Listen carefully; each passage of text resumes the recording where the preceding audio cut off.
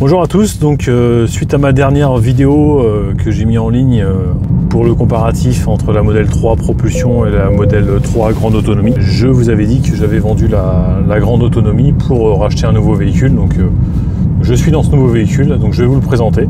La vidéo n'est postée qu'aujourd'hui, mais je suis allé le chercher mi-septembre. Pourquoi j'ai acheté ce modèle là, ce qui me plaît, ce qui me plaît un petit peu moins, et aussi surtout pourquoi je le revends déjà. La voici. Voilà, modèle 3 Performance. Donc vous l'avez déjà vu sur internet, hein, il y a déjà pas mal de vidéos qui tournent. Noir. Alors le noir, c'est une très belle couleur, parce qu'elle est magnifique de cette couleur-là. Hein, il n'y a pas de débat, elle fait très badass. Elle est magnifique. Après le noir, c'est pas ce qu'il y a de plus simple à entretenir. Donc avec le spoiler, avec les ouïes. Propre à la performance. Les jantes en 20 pouces avec les étriers de frein rouges, magnifique. Voilà. Bon, elle est superbe, hein, comme ça, dans cette configuration là. Moi je la trouve vraiment très belle. L'arrière avec l'extracteur d'air un petit peu plus prononcé que sur les modèles 3 classiques. Et puis le petit aileron qui va bien avec les petites encoches légères sur les bords là. Et le petit logo. Voilà l'intérieur, on va dire classique Tesla Highland, rien de spécifique, les pédales de la performance. Et puis donc les sièges type Sport qui sont quand même magnifiques, ça c'est sûr. Forcément, on manque un petit peu de confort, hélas. Sur ces sièges là, mais bon, vraiment c'est une très belle voiture, et on est sur du Tesla, quoi. On est sur l'ADN Tesla, donc pour ceux qui connaissent, voilà, c'est bien, mais c'est pas ce qu'il y a de plus confortable. Pour la partie arrière, bon rien de spécial, hein, c'est un environnement, on va dire classique noir, avec le petit écran derrière, avec les sièges plutôt imposants. Les sièges de l'avant, vus de l'arrière, plutôt stylé. Il y a un rappel aussi au niveau des plaquettes, j'ai vu ça. Plaquettes de frein sur les performances, alors je ne sais pas si ça concerne que l'avant ou que l'arrière, mais en attendant, il y a un rappel pour les plaquettes de frein, soi-disant pour qu'elles soient plus performantes. Alors j'ai cru comprendre qu'elles montaient trop en température, ou je sais pas trop quoi, donc aux États-Unis ils ont fait des tests là-dessus. Donc très bonne voiture, très bonne Tesla, on va dire, voilà. Donc là je suis à 410 km d'autonomie, toc, 84%. En théorie, à peu près 485 km d'autonomie. Alors ça c'est pareil, c'est un truc que j'ai un peu du mal à comprendre. C'est que lorsque vous regardez la modèle 3 propulsion, elle est donnée pour 530 km. Et quand vous la chargez à fond, elle vous donne 435 à peu près. Celle-ci, elle est donnée pour 10 km de moins ou 10 km de plus, je ne sais plus. Et en fait, quand vous la chargez à fond, elle vous affiche 485 km. Donc ça, j'ai un peu de mal à comprendre. Après, ce qui m'étonne aussi, c'est que en fait, la performance, elle a une grosse batterie de 80 kW à peu près. Et j'avais du mal à comprendre que simplement avec une garde au sol plus basse, des jantes un peu plus grandes, on passe de 530 km pour une performance à 679 pour une grande autonomie en jantes en 18, quoi. La perte, elle est énorme. Donc ça, j'ai toujours eu du mal à comprendre. Donc ça expliquerait peut-être un petit peu ce décalage. Enfin, je sais pas, vous avez peut-être un avis là-dessus, vous pouvez peut-être me répondre.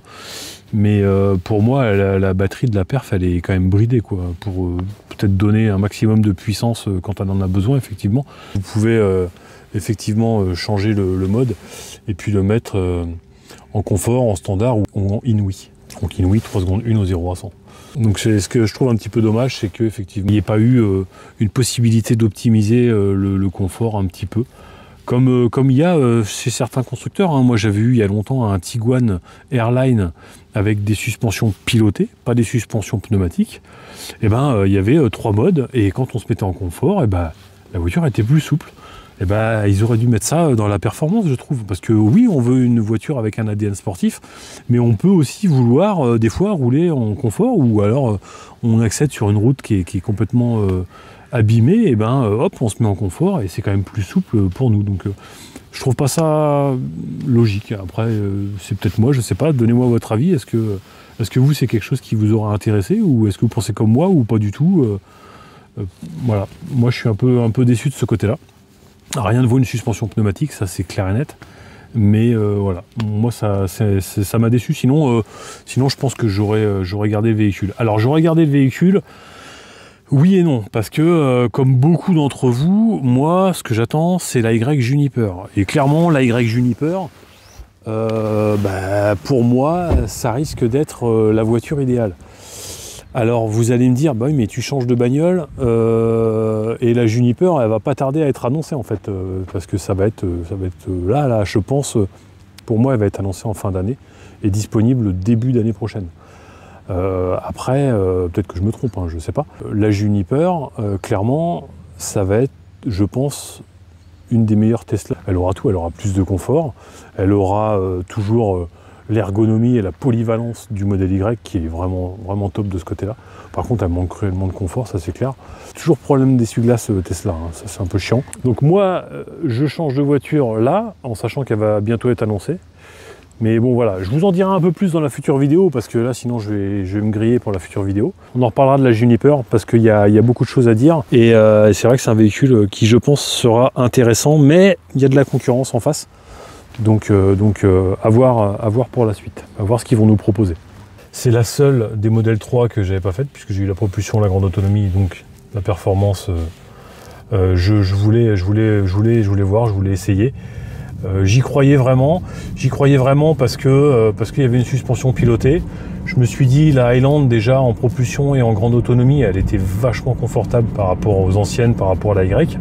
Je me suis dit, peut-être que la perf, même si elle est en 20 pouces et qu'elle est plus typée sportive, plus basse, etc., je me suis dit peut-être qu'avec la suspension, avec les réglages, au final, on va peut-être pas trop perdre au final et ça sera peut-être le meilleur compromis.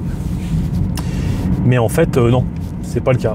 En fait, la suspension pilotée, elle est là pour le circuit, clairement. Donc moi, je ne vais pas faire de circuit avec la voiture. Mais elle est là pour optimiser dans le cadre sportif et pas pour amener du confort dans la conduite de tous les jours. Donc c'est là déjà où j'ai été un peu déçu. La voiture est agréable à conduire, on est bien maintenu dans les sièges, puisque les sièges sont magnifiques, ils sont bien baqués. Je retrouve le côté raide de la Tesla Y en 20 pouces par exemple. Donc pour ceux qui ont des Tesla modèle Y en 20 pouces, en gros, niveau confort, dans la performance, c'est la même chose. Donc pour moi, c'était un peu rédhibitoire dans la Y. Ce côté suspension, ce côté un peu ferme qu'il y avait dans le véhicule. Et c'est pour ça que effectivement, je vais déjà la revendre parce que ça me convient pas. Pour parler des performances, justement, c'est énorme. J'avais une performance en 2019 qui était en 3 secondes 4 à l'époque, qui marchait déjà très très fort. Là, celle-ci, on sent que c'est encore un cran au-dessus, que c'est vraiment agressif quand même. Voilà. Après, moi, je roule pas vite, je roule à 130, je roule en mode confort, je roule même pas en mode standard, je roule toujours en mode confort. Donc moi, je l'ai pas acheté pour les performances, le côté sportif, je l'ai vraiment acheté pour le côté esthétique, le côté poussé à l'intérieur, etc. Mais en fait, voilà, moi, il me faut plus du confort et au final, on passe plus de temps à l'intérieur de la voiture plutôt qu'à l'extérieur. Donc je vais surtout m'axer sur le confort. Et c'est aussi pour ça que je vais avoir besoin de vous pour une prochaine vidéo, pour savoir que j'hésite sur mon futur véhicule. Et je vais avoir besoin de vous pour la configuration, pour avoir vos avis en fait, parce que j'hésite entre 2-3 configs. Et voilà, je voulais votre avis. Je me suis dit que ça pourrait être intéressant de savoir, et puis savoir si vous vous intéressez aussi à cette voiture-là. Donc ça sera l'objet d'une future vidéo. Donc n'hésitez pas à vous abonner, à liker la vidéo si ce type de contenu vous plaît. Et puis on se retrouvera donc pour une prochaine vidéo.